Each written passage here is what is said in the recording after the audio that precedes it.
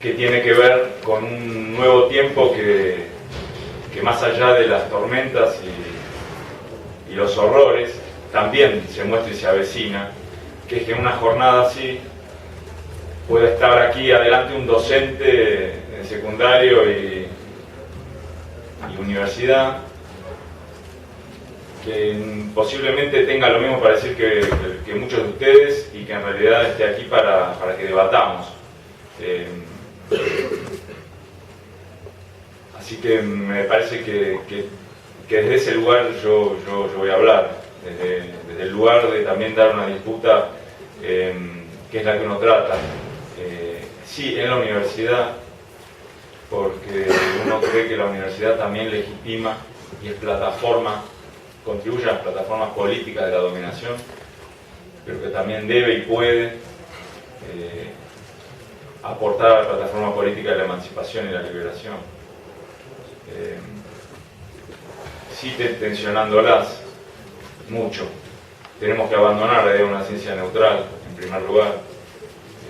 Abrazar, sí, la objetividad, porque finalmente queremos dar un debate en torno a la ciencia y abrirla a otros saberes, porque si no, no hay camino. En la medida en que mantengamos la razón occidental y moderna y la legitimidad de la ciencia y su separación inútil entre ciencias duras y ciencias blandas, entre ciencias de la naturaleza y ciencias del hombre.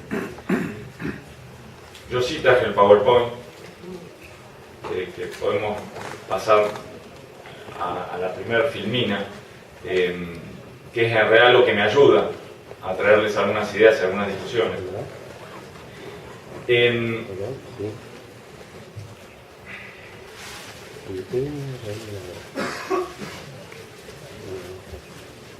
Me parece que la ecología política nos puede funcionar como una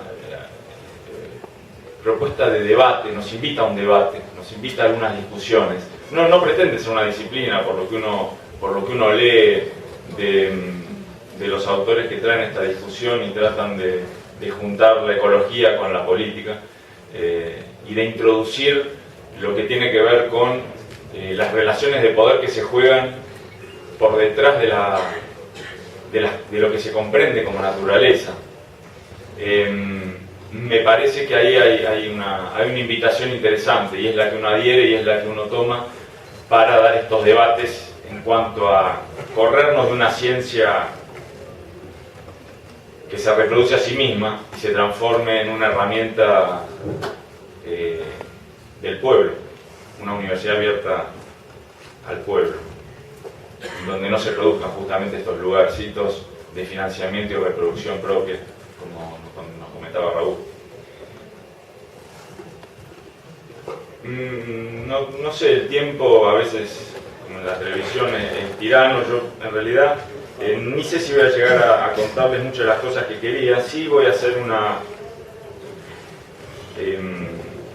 primero voy a arrancar por un resumen, porque bajo riesgo de que no llegue a desplegar algunas de las ideas que tengo ganas de contarles y llegar un poco a la agenda que de mi lugar me toca de trabajo, y con el equipo de personas con las que trabajo, poder comentarles, porque tiene que ver con las apuestas que seguramente muchos de ustedes también están implicados desde sus lugares, que es con una producción de conocimiento que pueda aportar a la emancipación social.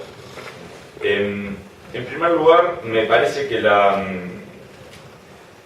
esta cuestión de la ecología política, en principio, nos invita a reflexionar sobre esto que se está hablando tanto, que es la encrucijada civilizatoria.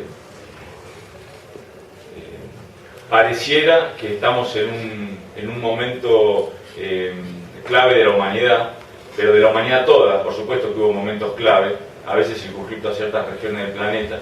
Ahora pareciera que se juega otra cuestión, que no tiene que ver con aquella disputa capitalismo-socialismo, pero también tiene que ver con esa disputa global, que tendría al menos 3 niveles. Y esto que voy a empezar a decir desentona absolutamente quizás con lo de Raúl. Espero que no sea así, espero que de alguna manera colabore con las reflexiones que podemos tener desde las universidades, porque también me parece que tenemos que asumir de los lugares que hablamos. Nos cabe una responsabilidad, porque muchas veces cuando uno está en una organización social pasan unas cosas, pero cuando uno está en la universidad también es demandado e interpelado por las organizaciones sociales, porque hay un lugar de legitimidad. Hay que ver cómo lo manejamos y cómo lo organizamos. Una cuestión que me parece que tiene que ver con la encrucijada civilizatoria. Hay una creciente percepción de la posibilidad de la muerte entrópica del mundo. El otro día leía el informe de los especialistas de cambio climático de Naciones Unidas. Ellos mismos están planteando que de no reducirse el crecimiento del PBI global a un 3%, los escenarios de aumento de las temperaturas globales van a ser catastróficos, ¿no? El catastrofismo ecológico. Se plantean los niveles de degradación de los ecosistemas. Pareciera que se avecina una crisis ambiental. Entonces, desde esos espacios internacionales y nacionales también, hay un planteo de la posibilidad de repensar el desarrollo y el crecimiento. Incluso hay informes de la década del 70 en adelante, ustedes lo saben, en cuanto a advertir que hay un límite al crecimiento, ¿no? Ahí pareciera que hay una tensión, que es como un segundo eje de la encrucijada civilizatoria, en donde los mismos impulsores del modelo se preguntan y nos dicen a toda la sociedad que no es posible la generación de riqueza y por ende la distribución de la riqueza en las condiciones ecosistémicas y de la dotación de recursos naturales con los que cuenta la humanidad. Entonces ahí se nos opone la cuestión ambiental con la posibilidad de la equidad. Entonces de pronto quedamos entrampados en esa discusión que encubre el otro nivel en donde se juega la encrucijada, que tiene que ver con la acumulación, con los procesos de acumulación capitalista.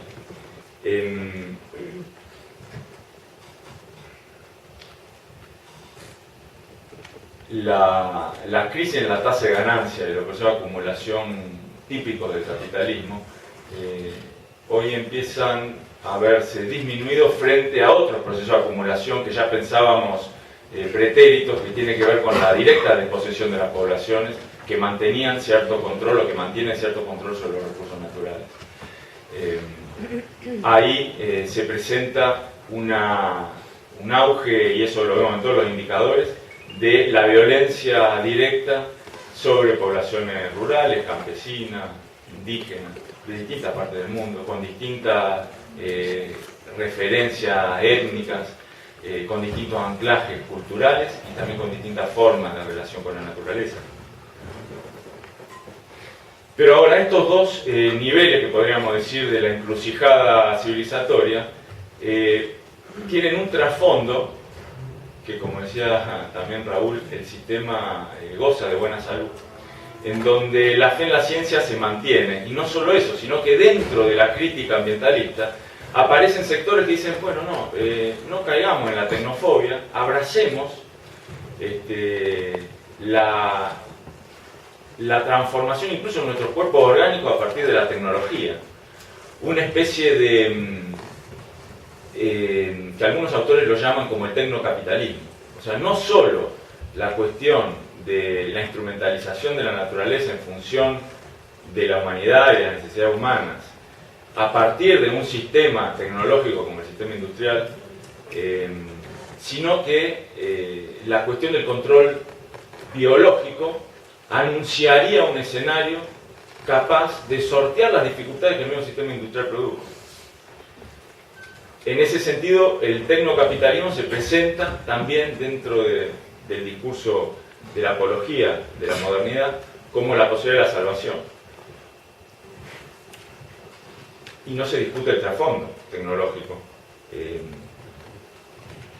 como sí lo hacen muchos de los movimientos sociales que tienen que ver con ni la posición de la tecnofobia ni la posición de la tecnofilia, sino salir a discutir el qué, el para qué, el cómo de una tecnología, desde la propia lógica, desde la propia racionalidad.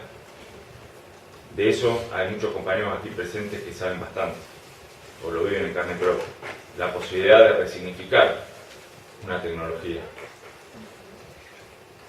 Y el otro nivel de la encrucijada tiene que ver con la aparición, y esto es un poco sobre lo que por lo menos yo estoy más implicado desde la universidad, y aquí en esta universidad también existe una línea que trabaja sobre eso, que tiene que ver con la aparición, la emergencia de una nueva conflictualidad, diferente de la conflictualidad clásica del capital, ¿no? Capital-trabajo, esa conflictualidad que se da muy fuertemente en las ciudades, que también empieza, a medida que el capitalismo avanza en la agricultura, que siempre le ha costado, ¿no? Siempre le ha costado lidiar con la biología al capital, siempre le ha costado domarla. No puede repetir allí los mismos ciclos de acumulación que sí puede repetir en la manufactura industrial clásica. Esa nueva conflictualidad, que podemos ponerle muchos nombres, gira en torno, sí, al control de los recursos naturales, y también gira en torno a lo que se plantea como la forma de concepción de la naturaleza. Hoy ahí hay una emergencia nueva, en donde el eje central, las paradojas de la historia, por lo menos de lo que uno, si uno recorre el pensamiento occidental, tiene que ver, quienes vienen a traer esa noticia de que las cosas no andan bien son los productores directos. Esas poblaciones que no han roto lo que hoy se dijo en la mesa primera, se habló de Marx en cuanto a la ruptura metabólica, ¿no? Aquellas poblaciones que aún no han llevado a cabo la ruptura metabólica. Son ellas, paradójicamente, aunque muchas veces se plantea el ambientalismo, eso en la literatura ustedes lo habrán visto, en el sentido común también, el ambientalismo vinculado a un problema de ricos.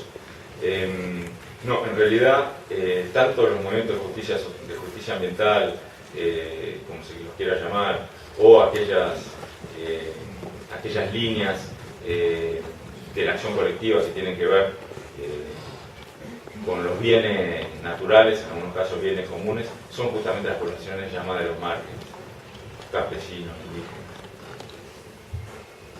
La ecología política, si se quiere, como ámbito de reflexión, nada más estoy haciendo un recuento de veras,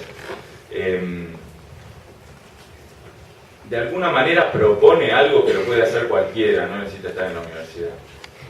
A veces en la universidad existe el tiempo para eso. Somos privilegiados también.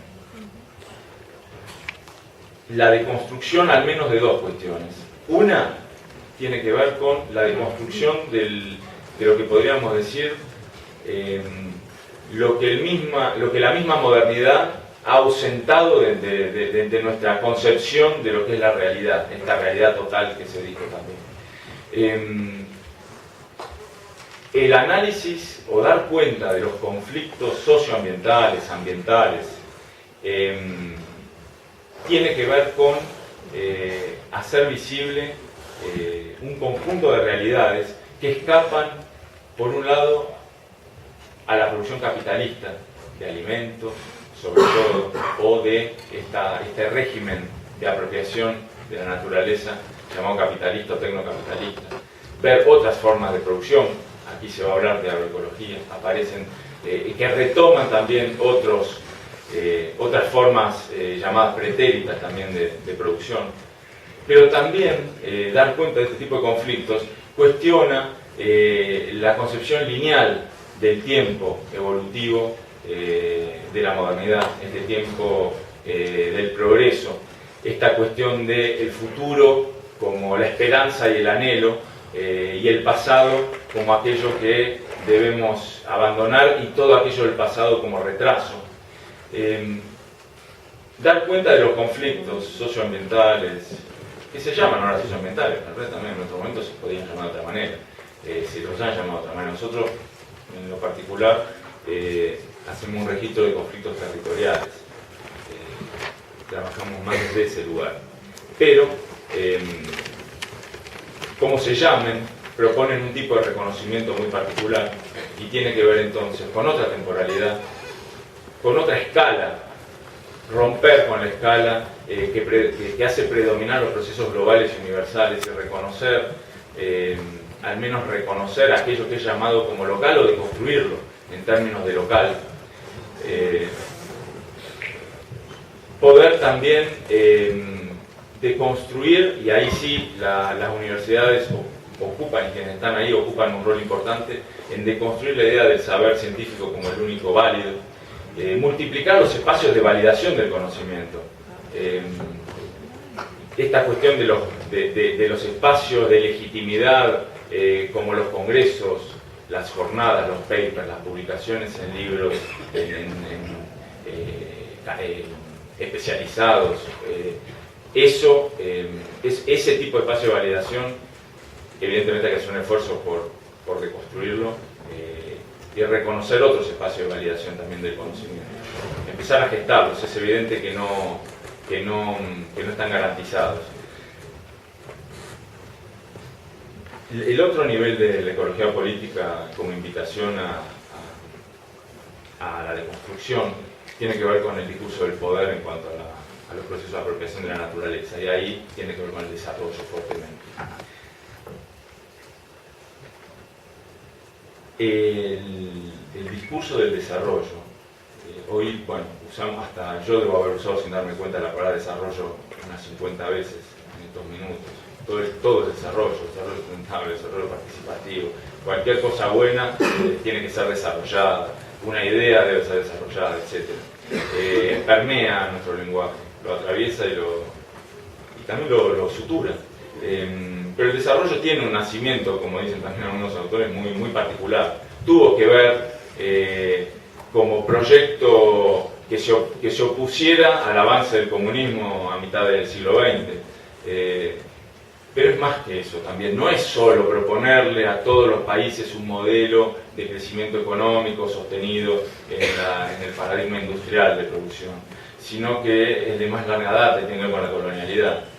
Y tiene que ver con el plantear un modelo universal y todos los demás, porque esto ahora lo decimos y parece como que fuera, disculpen si los aburro, pero es algo que ahora ponemos el televisor, pero o sea, Canal 7 o Canal 13 y es lo mismo, digamos. Hay una adhesión al planteo del desarrollo y no se puede concebir la posibilidad de la distribución de la riqueza sin un desarrollo, sin pensar en términos de estimular la industria, y muchas veces está dispuesto de gobiernos progresistas como los que se viven incluso la palabra progresista, ¿no? Nos podemos quedar con esa palabra, pero también la podemos cuestionar o ver qué hay o qué se juega en asumir ese tipo de ideas.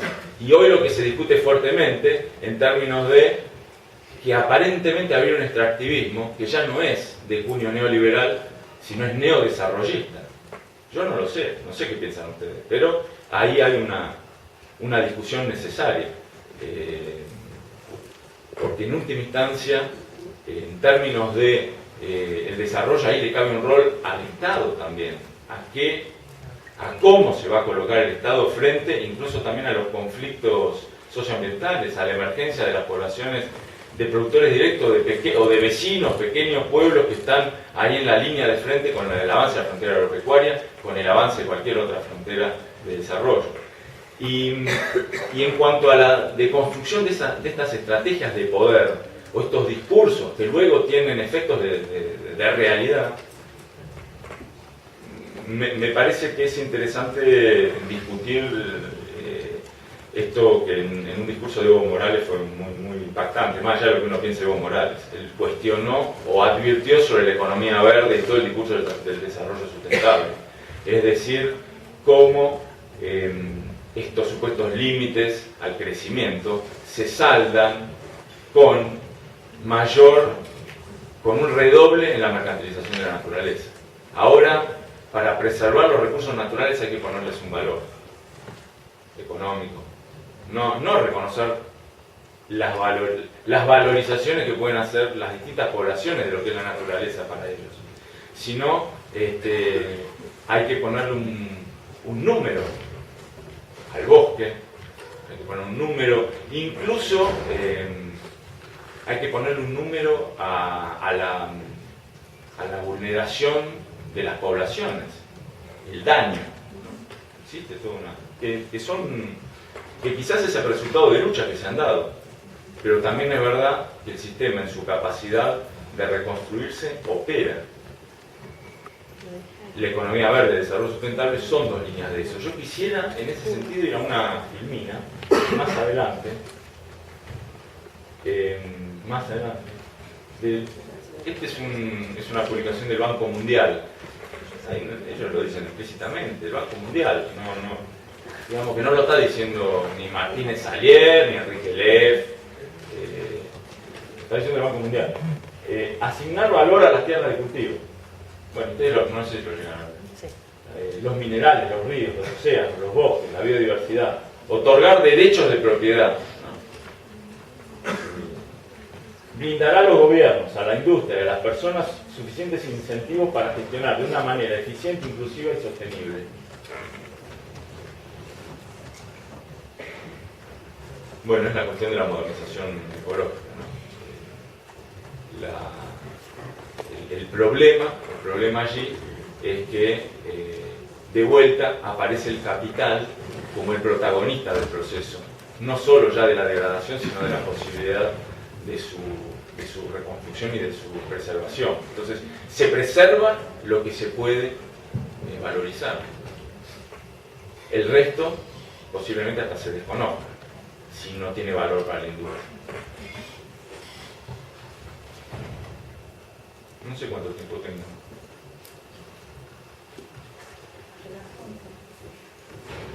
No sé, estamos en un tiempo...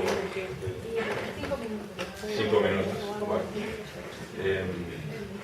Finalmente uno viene con mil ganas de plantear cosas y la verdad que creo que me quedé en el resumen y en un discurso medio general. Discúlpenme si fue así.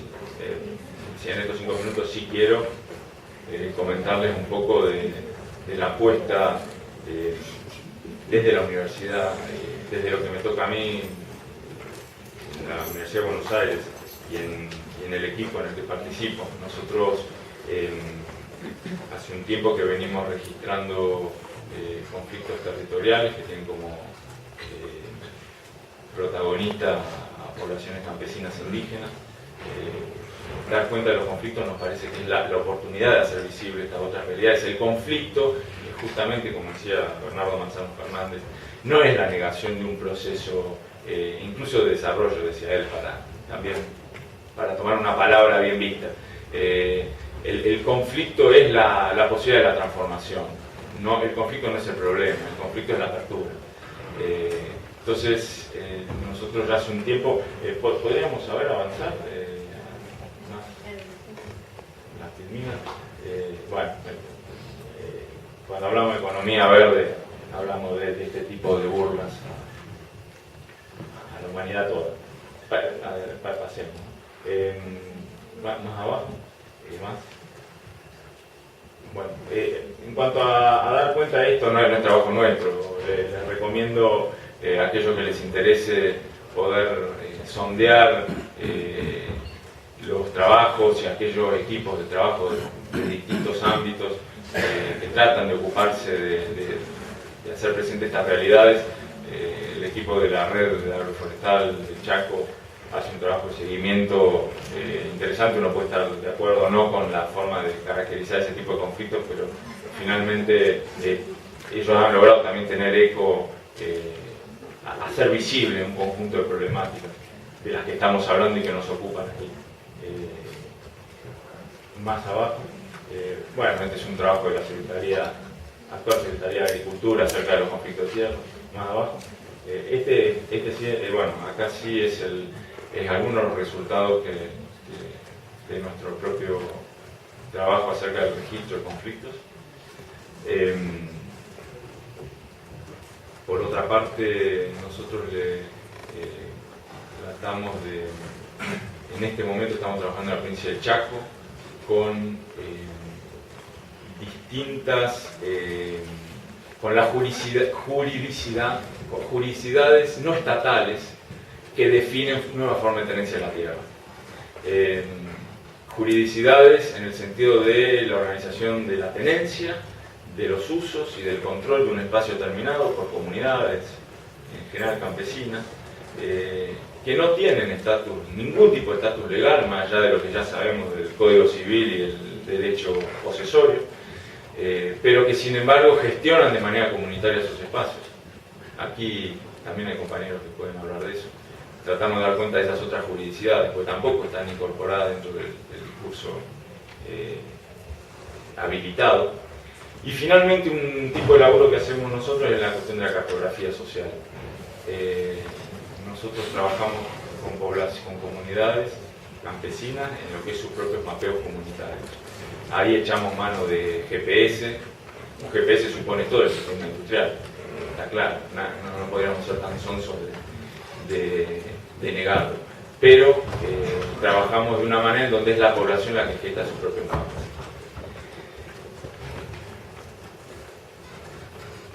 Y me parece que va a ser más rico que debatamos, así que termino acá. Les agradezco el tiempo que me regalaron.